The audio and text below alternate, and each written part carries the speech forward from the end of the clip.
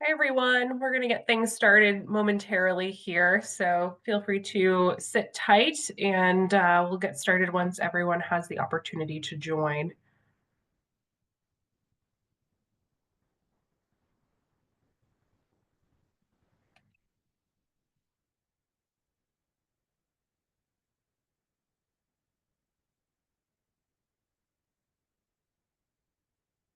It looks like starting to see some attendees roll in. We'll just give it just a little bit longer to give everyone the chance to sign on, and then we'll get things started.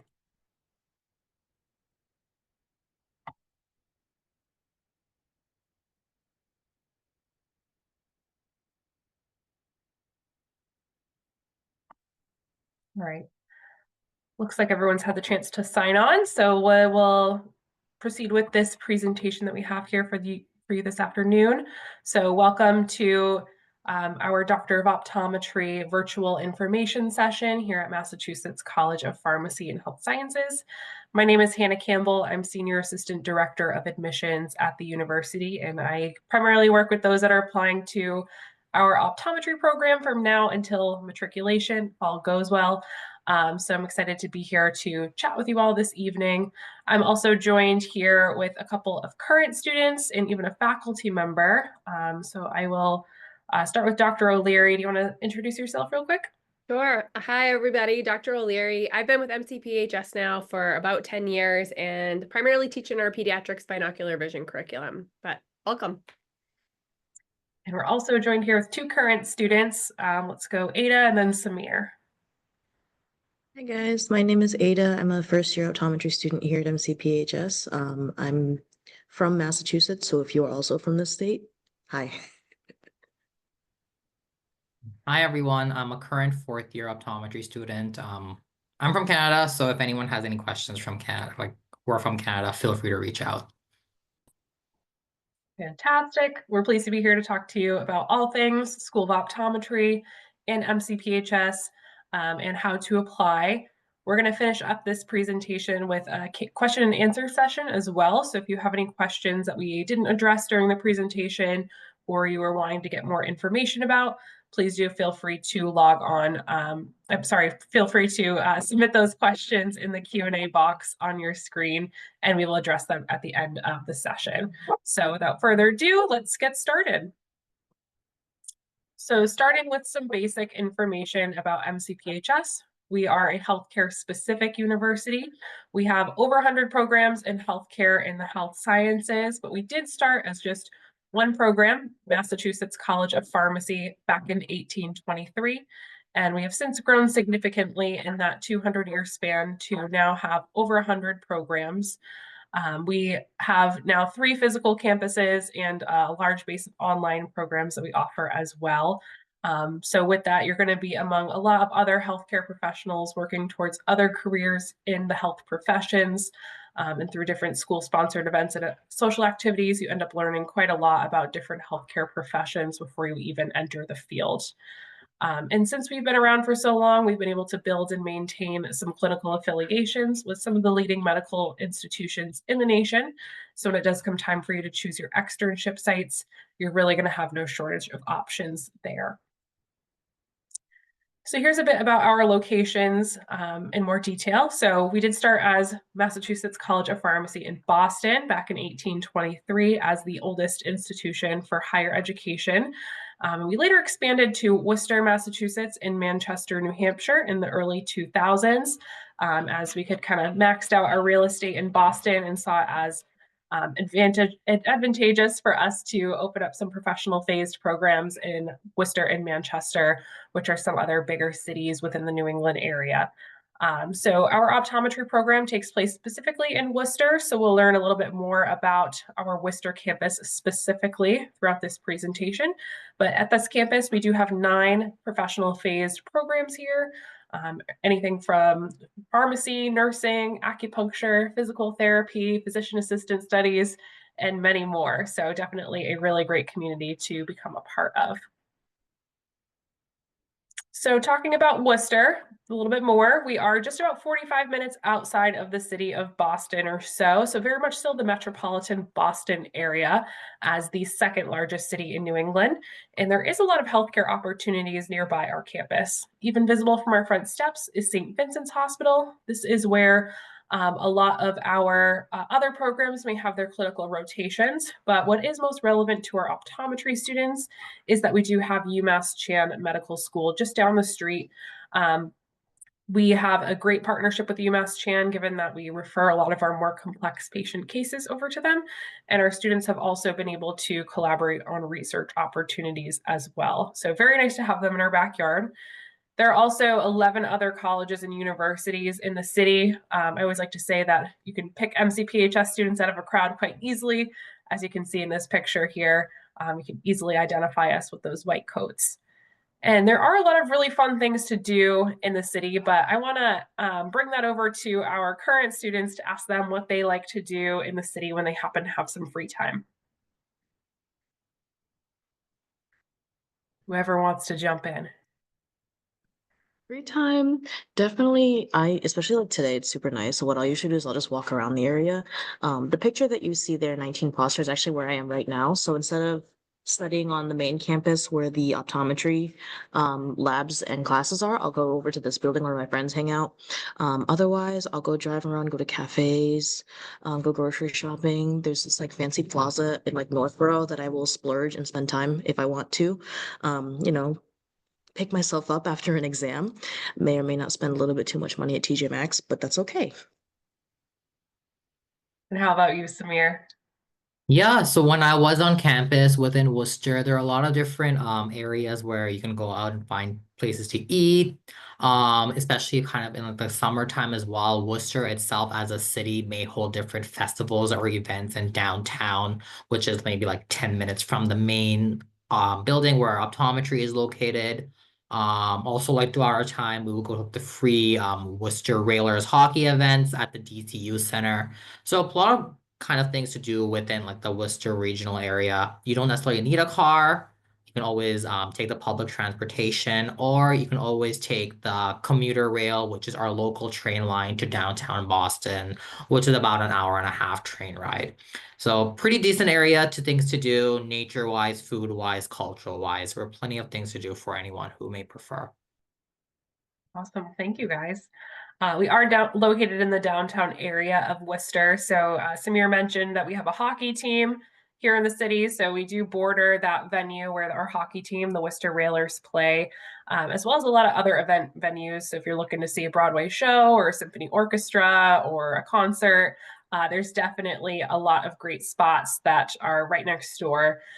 We not only have a hockey team, but we also have a baseball team, our Worcester Red Sox, which play at Polar Park just down the street. And we often get free tickets to those games through various college nights each season. So you get your fair share of Worcester sporting event tickets while you're a student with us.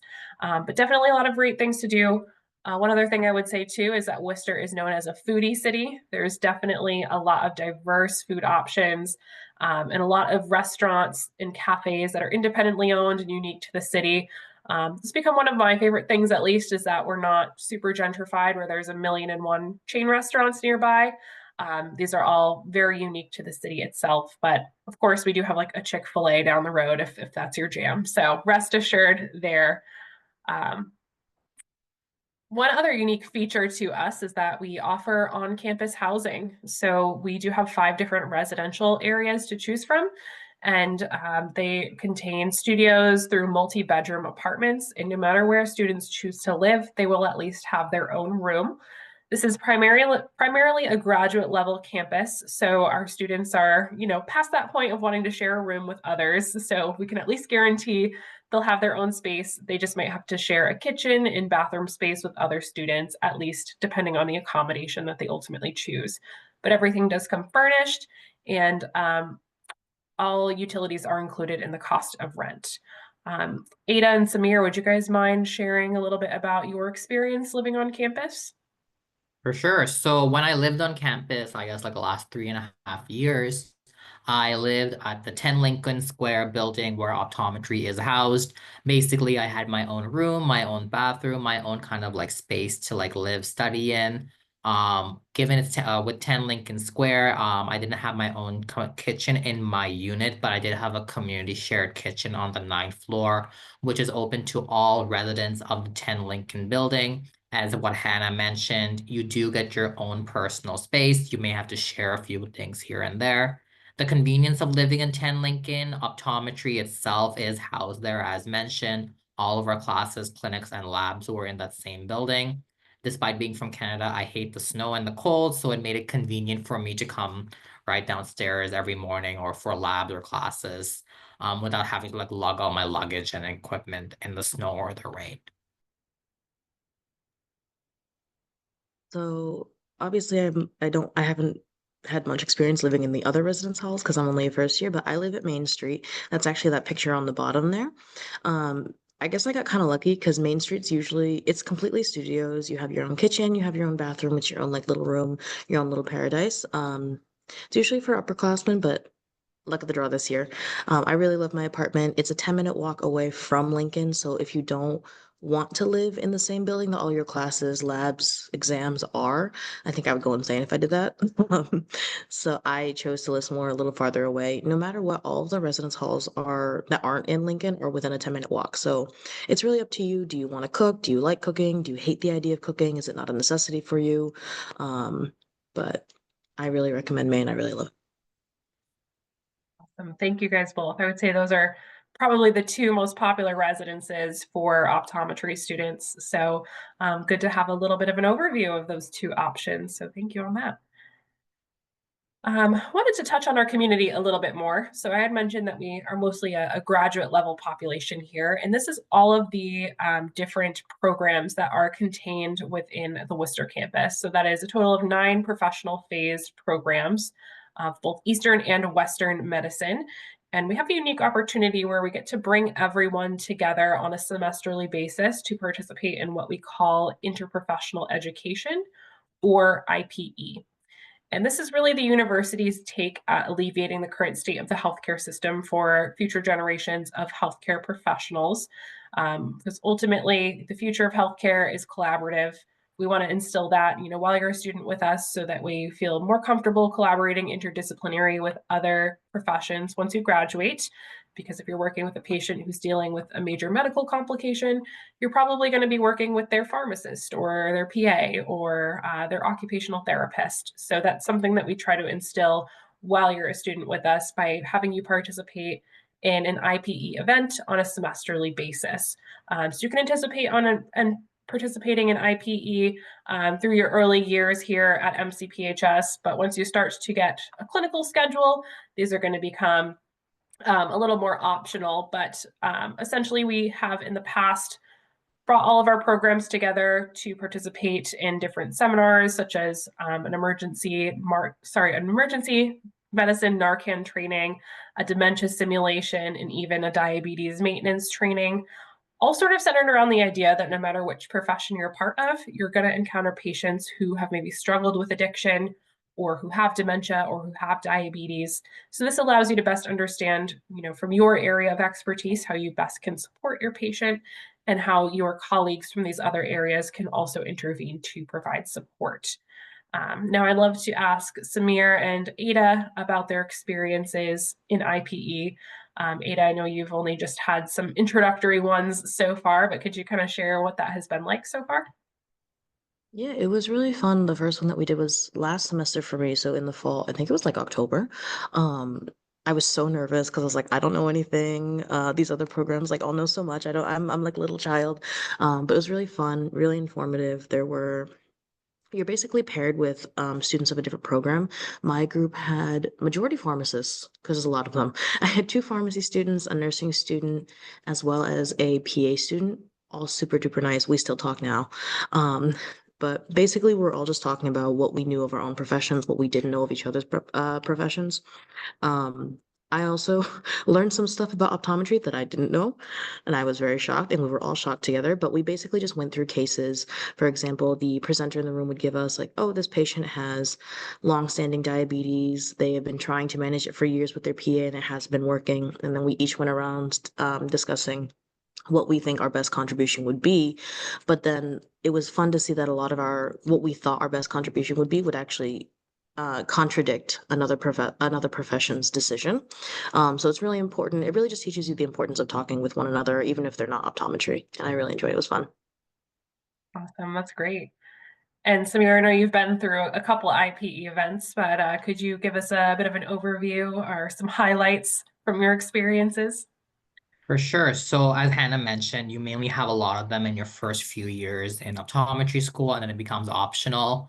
One of the major ones I remember was in my first year, we kind of had like an opioid crisis kind of theme. So again, I worked with different professions, pharmacy, optometry myself, dental hygiene, acupuncture, and we all kind of like come up with like a certain solution with like a clinical issue with the opioid crisis. As mentioned, you're working with the patient, they may be undergoing so many other healthcare concerns, and the opioid crisis is a huge kind of situation. So maybe potentially you may have a patient undergoing opioid withdrawal and addiction, which are kind of major themes that we may see in clinical practice. So it did kind of help in a sense, like see how much involvement and contribution eye doctors have in like working in a patient population with that kind of experience they're undergoing. So it kind of gets you a better general understanding of like how certain professions are involved and contributing to certain patient care because you're working with them and you're also working with the mutual patient. So you have a good understanding, like we are not causing any issues with them, any contraindications or anything of that sort. So it's all in the patient's well-being overall. Absolutely. Thank you both so much for that info. Also, I wanted to touch on some of the student support services that we have available for our community. We do have, I guess, most popular is our Center for Academic Success and Enrichment. We like to call that CASE. We love an acronym here, clearly. So CASE has both peer and professional tutors that can help students academically if they need any extra assistance. Some of our other students have upperclassmen students may work as peer tutors and get, paid for a little part-time gig through the university to provide support to our students from the cohort below them. But it is ultimately a really great opportunity to utilize tutoring services free of cost and kind of pick the brain of a fellow community member who just went through that content the year prior. So really nice to have CASE as an option. But we do also have counseling services and career services, and our students do have a faculty advisor that they can use for support as well. But next, I wanted to discuss our optometry program in a bit more detail for you. So this program does launch a cohort once a year, every September in the fall, and it is a 4-year program. We do really pride ourselves on having some small class sizes because the faculty are able to provide a lot of individualized attention to the students. So our magic number is 64 students each year. We really like that number because it breaks down roughly to 16 students per lab.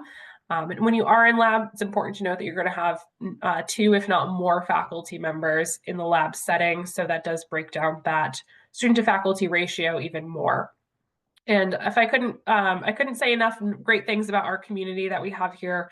Our faculty go really above and beyond to get to know our students, for who they are, where they're coming from, what they're looking to achieve out there in the field. We've been described as a family-oriented community, so I always encourage people to come see it for themselves.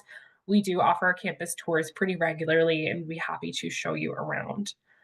Now, another feature of our program is our dual degree option. So students do have an opportunity to pursue a buy one, get one deal for a Master of Public Health if they'd like, and they'll complete this simultaneously with their optometry studies. It just adds one additional online course to the curriculum per semester, and it is an asynchronous course, so they get their assignments at the beginning of the week, and then they have until like Sunday at midnight to submit everything. So it is completely online, and there are no scheduled lectures that they'd have to attend. So students are still able to put optometry first and then finish up the week with whatever else they had for the MPH.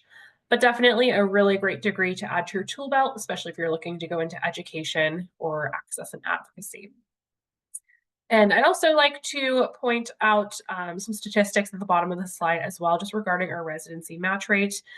Students have the option to pursue a residency once they graduate from the program. It's in no way required, but it is a really great way to kind of boost your resume. They say that a residency is about 5 years of experience in one. And we have had a really great track record at getting students matched with an optometric residency. In fact, we have one joined with us, Samir. So Samir is going to be embarking on his residency journey shortly here. Would you mind telling us a little bit about that, Samir? For sure. So again, residencies aren't mandatory. They're an optional 1 year kind of program. There are a different variety of residency programs throughout the country. You can focus on primary care, primary eye care. You can focus on pediatrics or binocular vision or vision therapy, ocular disease, or kind of mix of everything in between. So I was more interested in the ocular disease setting. I wanted to see more, experience more. So I applied, I interviewed, I matched earlier last month, and then I'll be starting my residency at a hospital-based setting in Rochester, starting this upcoming July. Very exciting, and congratulations again on that. So I do want to kind of give you guys a synopsis of what you can expect on a year-to-year basis from our optometry program. So who better than Ada, who is currently in the thick of it? So Ada, would you be able to share your experience so far as a first-year student and the different features that incoming students can expect from the program? Yeah, definitely. So I won't sugarcoat it. First year is definitely rough. But it's all really worth it. What happens your first year is our school specifically really prepares you right from the beginning. So right now I'm in a lot of my courses, getting the foundational knowledge, figuring out how things work, kind of like, how do I say, dipping my toes in a little bit of each subject in preparation for second year and then third year when I'm working in the clinic. Um, we understand though that this is pretty difficult to adapt to for a lot of people, whether you have a lot of schooling, whether you don't, it's all the same. So what we have now is we have a jumpstart program. It's basically like an orientation extension kind of thing. So we'll prepare you with what you can expect from grad school, how you can succeed, what are some tips that upperclassmen and professors that went through their own years of optometry school felt was best for them. Um, and even then, even though I say that we're like in a lot of classes, I'm just learning the foundations, it's really not. Our teachers are always thinking about the clinical aspects. How can you apply it when you're in the clinic in the future? And they're always making sure that we're actually there in our on-site clinic as well. I've been able to go into the clinic twice so far, once as a patient myself, and then once as an observer. So I got to see how the upperclassmen, worked through a patient. I shouldn't say worked with a patient, whether it was a difficult case or maybe a routine primary eye care eye exam. And then sitting as a patient myself, I could see a different upperclassman, maybe a second year or maybe a fourth year compared to the third year, how they were really progressing and learning throughout their time. And you can see the difference in changes. But yeah, first year it's a lot of crucial fundamentals, but it's still fun because all of our professors are making sure that we know how it works in the real life. Thank you so much, Ada. And to take us through the remaining years, I'm going to ask Samir to share about years 2, 3, and 4 for us. For sure. So starting in second year, students at our school, they start going into clinic. You're still taking classes, you're still taking labs, but these classes and labs are more focused on like the clinical portion of optometry, focusing on different diseases and treatment, making sure your other clinical skills are efficient and finalized. Initially, you're seeing one patient every so often, but you're in clinic at the Eye and Vision Center on site at school. Basically giving you the experience, seeing how to work with treat a patient, see a patient, speak with a patient that may be a complete stranger to you. These patients are very aware that this is a teaching institution, so they're aware that the eye exams may take a longer time. But again, everyone was in your shoes, so they're understanding that like it'll take some time. You may be nervous, you may make some mistakes. The biggest thing is that If you make a mistake at the school, you may know you made the mistake, and the professor or the doctor you're working with may know you made a mistake, but the patients don't. They're here to be treated for their eye conditions, get some glasses, make sure everything is healthy. So it's a learning experience for sure. Throughout the clinical time in your second year, you're seeing patients at the Eye and Vision Center. You are working with the opticians or other upperclassmen at our on-campus 10 optical store, working with our opticians, dealing with patient insurances, helping sell glasses, making glasses adjustments. In addition to that, you're also rotating within the local public schools within the Worcester community, doing on-school site vision screenings for kindergartners to grade 12s. Um, the benefit of that, if students notice any eye issues during those vision screenings, these students are pretty much bused to the Eye and Vision Center at MCPHS, given a free eye exam and given a free pair of glasses at no cost, no questions asked about their patient insurance. As we know, that childhood, early adolescence age is very crucial to the eye development, learning, and the quality of life. Moving forward with third year, you're kind of continuously still seeing patients in clinic. You are now exposed within our community health centers within the local Worcester community. There's one in Worcester, Framingham, and Milford. The latter two tend to be about like 35, 40 minutes by drive, but they're all within local driving distance. At these community health centers, you're seeing direct patient care, primary eye exams. The biggest caveat of that is that these patients' primary language may not be English. So you are using on like digital interpreters, translators to kind of work with the patients and provide them the best eye service as possible, given the language or cultural barrier. With that being said, a lot of these patients who come from different areas who speak these different languages may have different eye conditions that you may not see unless you deal with that certain patient population. So it is an experience and like a learning opportunity in that sense. With that being said, you're also exposed with different specialty clinics at our on-school eye and vision center. You rotate within glaucoma clinic, pediatrics, binocular vision, contact lens, low vision. It's a great opportunity because while seeing primary comprehensive eye exams, you're also working with like a certain subset of populations, fitting contact lenses, being able to treat and manage glaucoma. Alongside that, there are still some classes, but again, what comes around is our start of the preparation for part one of the national boards. Started a few years ago. There is a boards prep review course that the third years in their fall semester take. You're basically preparing for boards, studying, but also taking this class. There are a few quizzes. The professors may review the quiz and the different topics the students may struggle on or that are heavily tested on the national boards. With that being said, you're studying for boards mainly in your third year because all third years tend to take it in the spring semester of your third year. With the board's review course and with all the different changes that we have students have vocalized, our passing rates for part one of national boards have significantly increased, pretty much nearing national average, which does show that the school has taken their measures to increase our board's passing rates to make sure like students are passing their first time. All resources, anything the student needs is offered to the best of the schools and the professor's ability. Lastly, we kind of go into fourth year, so where I'm kind of finishing in 2 days. Fourth year basically revolves around clinical rotations. So there are three 16-week externship rotations located within the New England area or across the country. We have sites from Alaska to California to Texas and several others within the New England Worcester area, as that's where our school is located. You are required to rotate within community health center, working with the lower socioeconomic population. You're required to work in a Veterans Affairs facility, working with a veteran populations, and then you have an elective option. So I had a health center and I was at two VAs.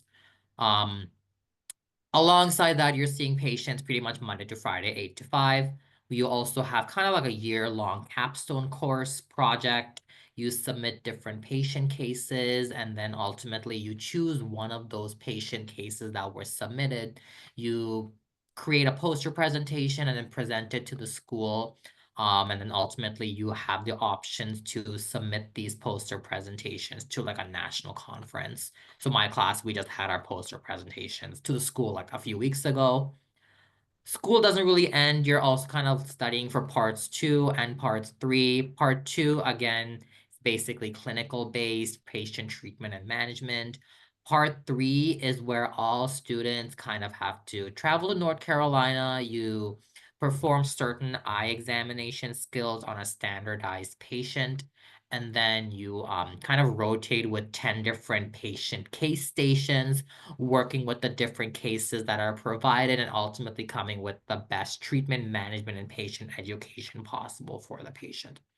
Lastly, as I mentioned earlier, there are residency applications that are starting in your 4th year. Residency isn't mandatory. It's optional, but a lot of students tend to do one because they want to get the experience, either focusing more on a specialty or having a greater opportunity working with students if they do have the opportunity to be precepting.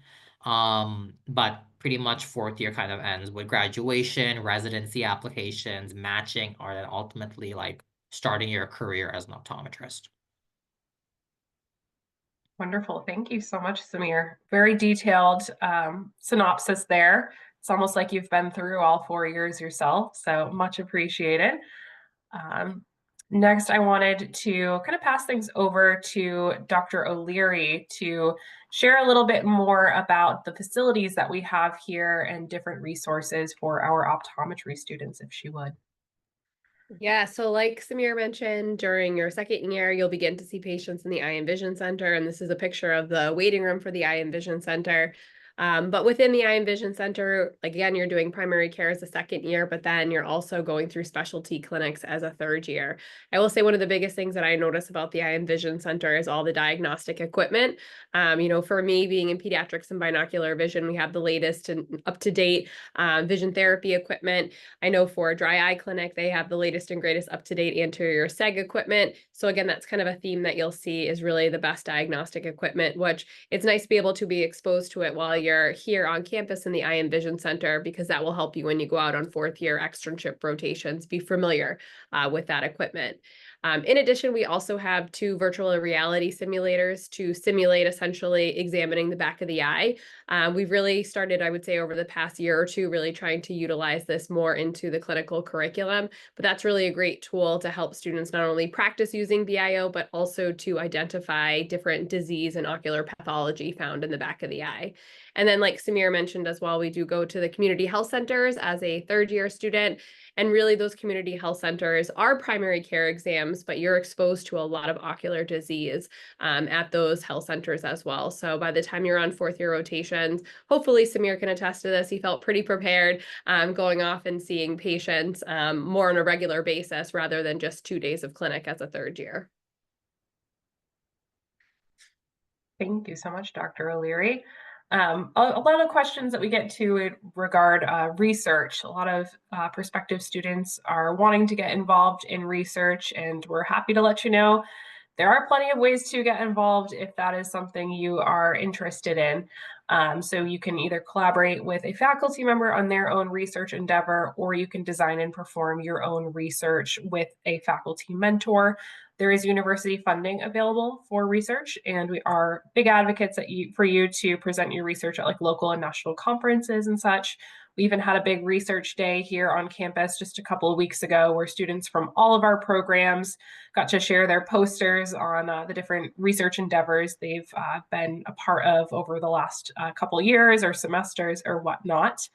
And Dr. O'Leary, I was hoping you might be able to share some details about some of the different research endeavors that some students have partaken in over the last couple of years or so. Yeah, so just going off what you just said, we did have actually our 2nd year students participate in a research and scholarship day where they presented case reports that they saw in clinic. And really, this is a stepping stone to fourth year capstone project, like Samir mentioned. So that was something that was really exciting to see the students present interesting cases that they saw in clinic. More traditional type research, though, in the third picture, 1, 2, 3 to the right, Dr. DeLisa was actually standing in front of essentially a large television, but really the purpose of this is to work on essentially a pair of glasses that can help patients that have side vision loss be able to essentially not bring back or restore visual field loss in that part of their vision, but to become more aware of objects from that side. So she's working on a project actually with UMass as well, again, to see how this new pair of glasses using Prism is able to, again, help these patients with side vision loss. All faculty do have research requirements as part of our contract, so we might not be doing research year round, but during the different semesters, we as faculty do research, and students aren't required to do research, but we definitely encourage students, if they're interested, to start their own research project or to pair up with a faculty member. So Dr. DeLiso does have a current third year student working on her research project with her. And they actually presented at the scholarship, Worcester, Manchester Scholarship and Research Day as well. Wonderful. Thank you so much. We do have a lot of partners that we may pair with for some of our research projects. Like Dr. O'Leary mentioned, that Dr. DeLiso is currently working with UMass Chan Medical School, which is our little neighbor down the street there. I believe that was also in conjunction with Massachusetts Eye and Ear out of Boston. So there's always different initiatives that we're getting involved in, new things coming to the market that we're testing out.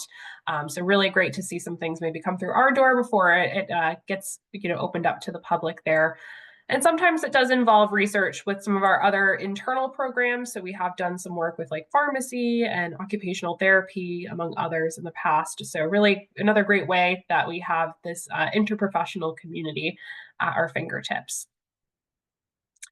So hopefully this all sounds super exciting to you and you're looking forward to starting an application with us. So I wanted to share some details about how you can go about applying. So we do review applications through OptumCAS. So this is a centralized application system for all applicants. It really takes all of your information and requirements and ties it up into a nice document that they ultimately will send off to all the schools that you're applying to.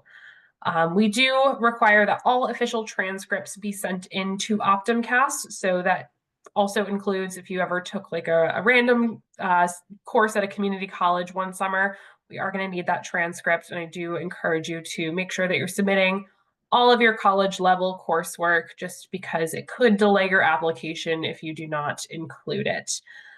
We do prefer a bachelor's degree for this program, but it's not necessarily required. Candidates at least need to have at least 90 semester credits.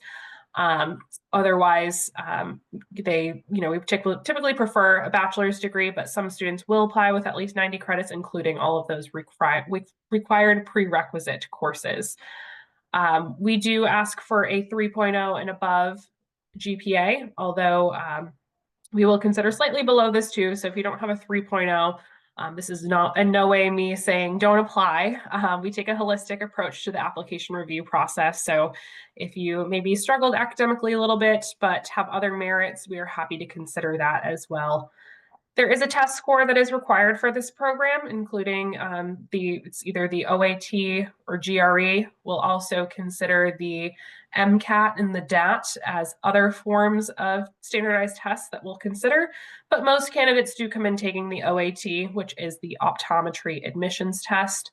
No matter which standardized test you're going with, we are going to look for scores in the 50th percentile and above.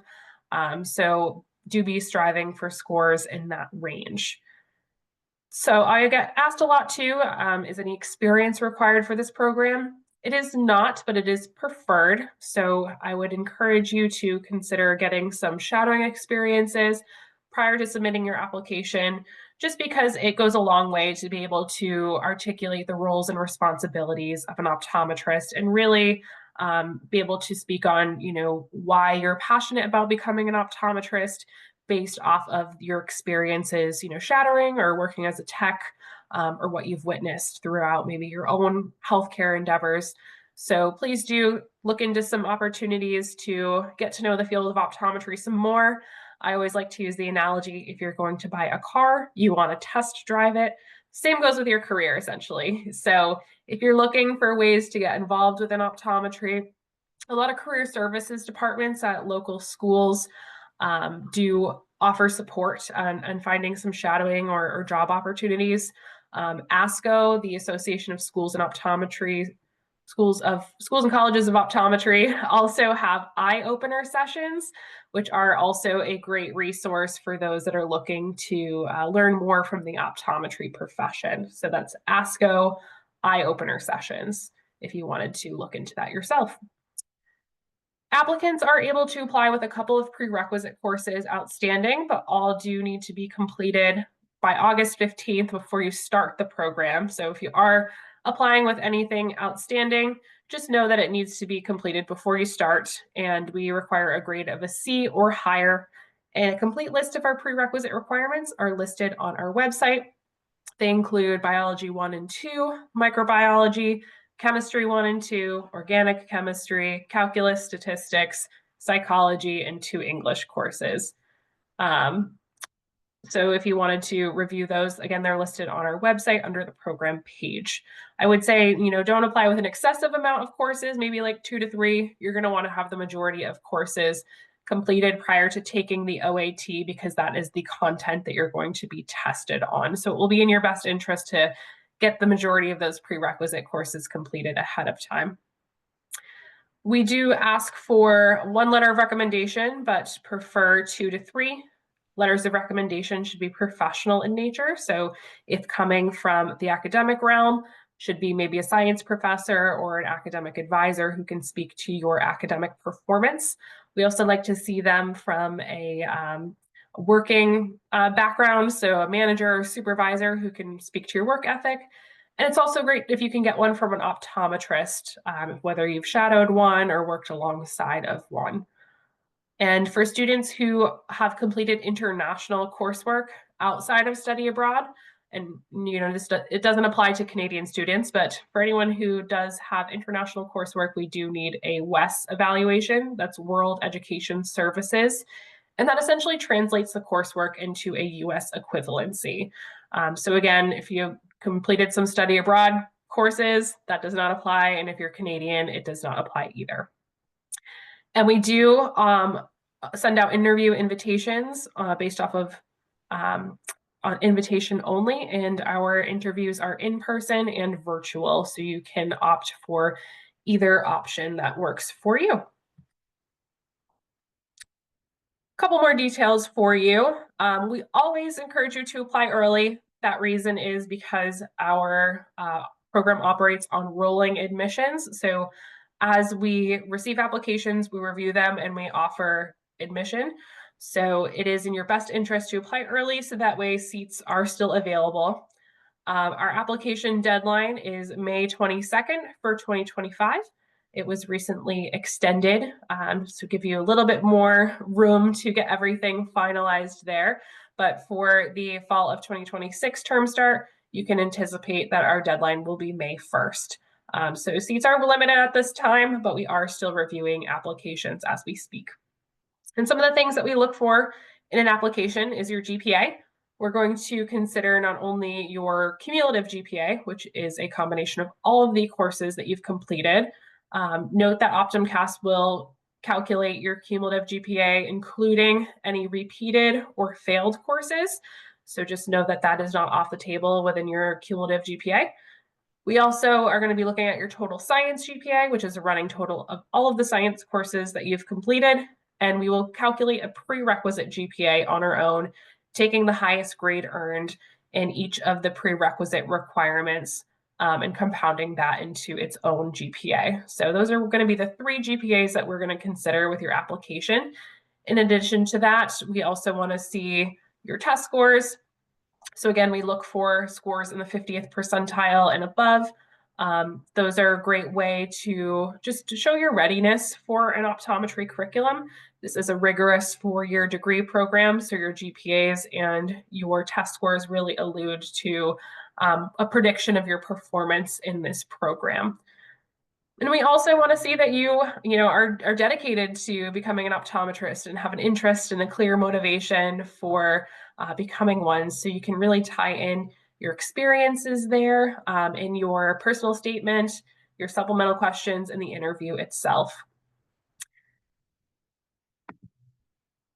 And speaking on financial aid, our domestic students are eligible to apply to the FAFSA.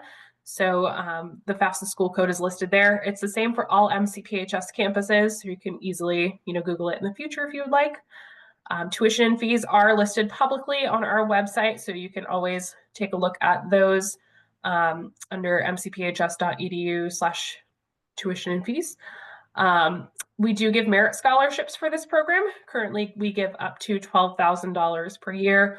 All candidates that are accepted into this program are considered for a merit-based scholarship. So everyone will get something. And we even give a scholarship to Canadian students as well, which is a little bit more generous just due to the exchange rate. So always trying to help our friends in the North. And we do have a Canadian admission counselor named Krista Levac, who, I guess she's our international admission counselor in general, but she predominantly works with our Canadian students. So if you are hailing from Canada and are interested in learning more about this program, I'd be happy to connect you with Krista, as she is an excellent resource when it comes to, funding and bank loans and visas and stuff like that. And we also understand that graduate school is a huge commitment, but we're here to help you out. So we do have a opportunity to attend an affordability appointment with our student financial services team, who can help you to finance your education and answer any nitty-gritty questions you may have about finances. And last but not least, this is just some links for you to take with you if you do want to visit us in the future. You can schedule a tour to see our facilities in person for yourself. We typically offer a campus tour once a week. And in addition to that, we have a virtual tour. So if you're not super close to the Worcester campus, we're happy to at least let you click around and see some things through our virtual tour. But if you're looking for some more content about MCPHS School of Optometry, our YouTube channels are probably the best place to see some more action there. So at MCPHS TV and at MCPHS Admissions. Also shared my contact info. I offer counselor appointments on a regular basis. So if you wanted to discuss planning your application for, the last minute application for this cycle or for a future cycle, I'd be happy to chat with you. I just copied and pasted this information in the chat, so feel free to hang on to anything that you see fit there.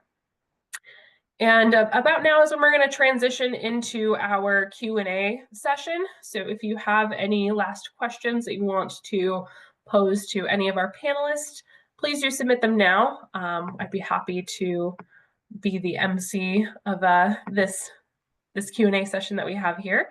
But I guess I can start us off with some softball questions while we wait for some to come in.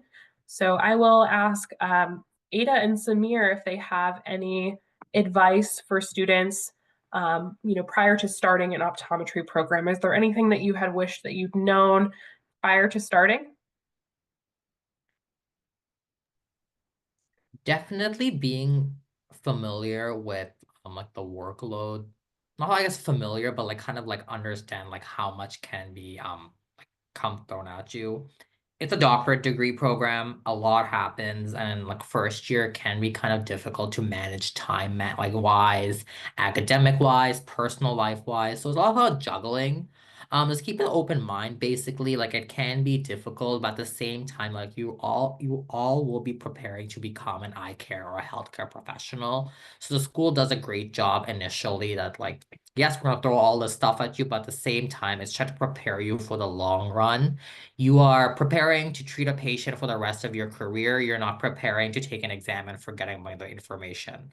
So that's kind of like the biggest thing I do come after the last 4 years at like time manage well and then be prepared to like keep the information pretty much for the rest of your life. Because sometimes you may have a patient asking you like why this is happening, and you genuinely have to give them like the basic nitty-gritty details. So it does help in the long run, but at the end of the day, your time management is a great thing to kind of develop if you don't have a great one already. Thank you, Samir. Anything from you, Ada?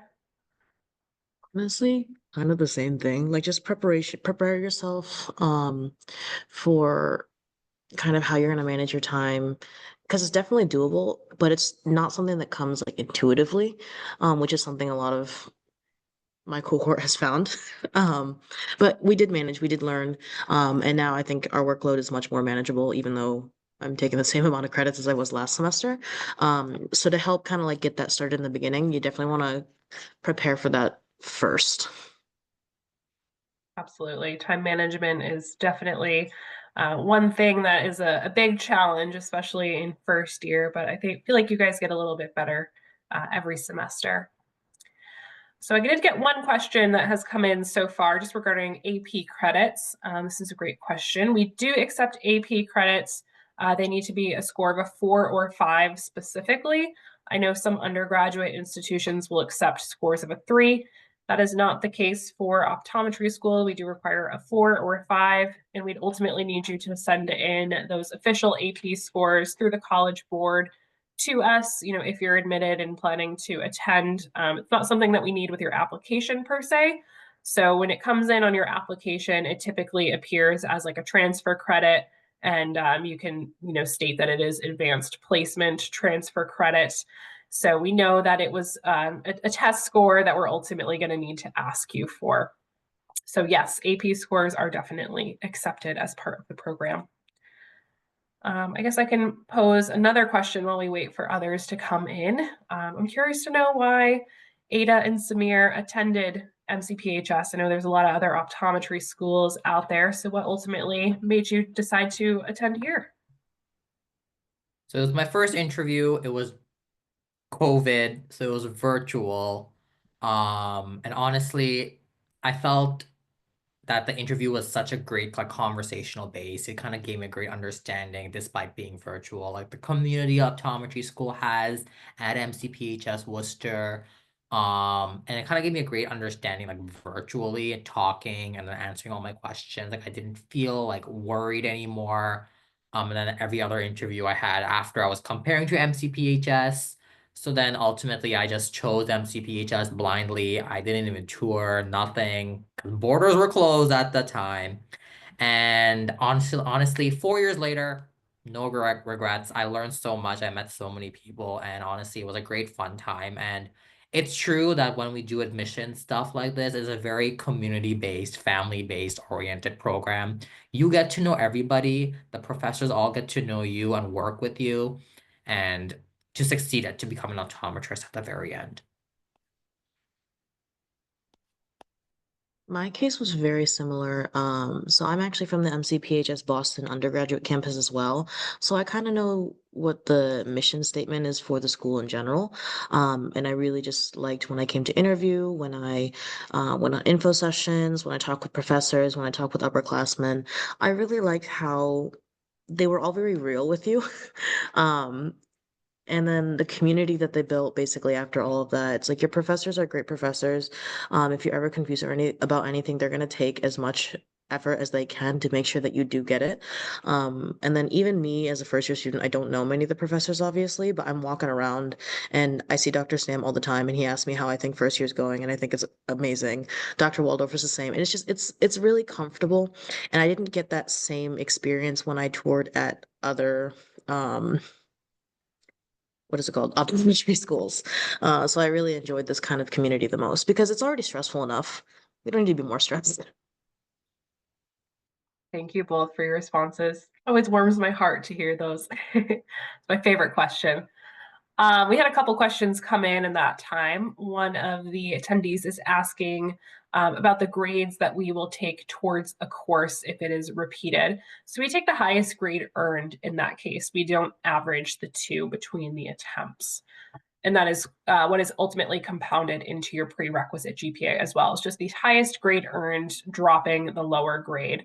But do note that both attempts will be included in your cumulative GPA and your total science GPA. Another question asks about the academic and workload differences between undergrad and optometry schools. Can you guys talk about what that transition has been like? I guess for Ada, that's probably a little bit more relevant to her, but feel free to jump in. Sorry, what was the question again? The difference between like academic workload Ah. between undergrad and optometry school. Definitely, yeah. For me, I'm a little biased. I've been sad to say, I'm a really bad studier. What I mean to say is like I'm a really slow learner.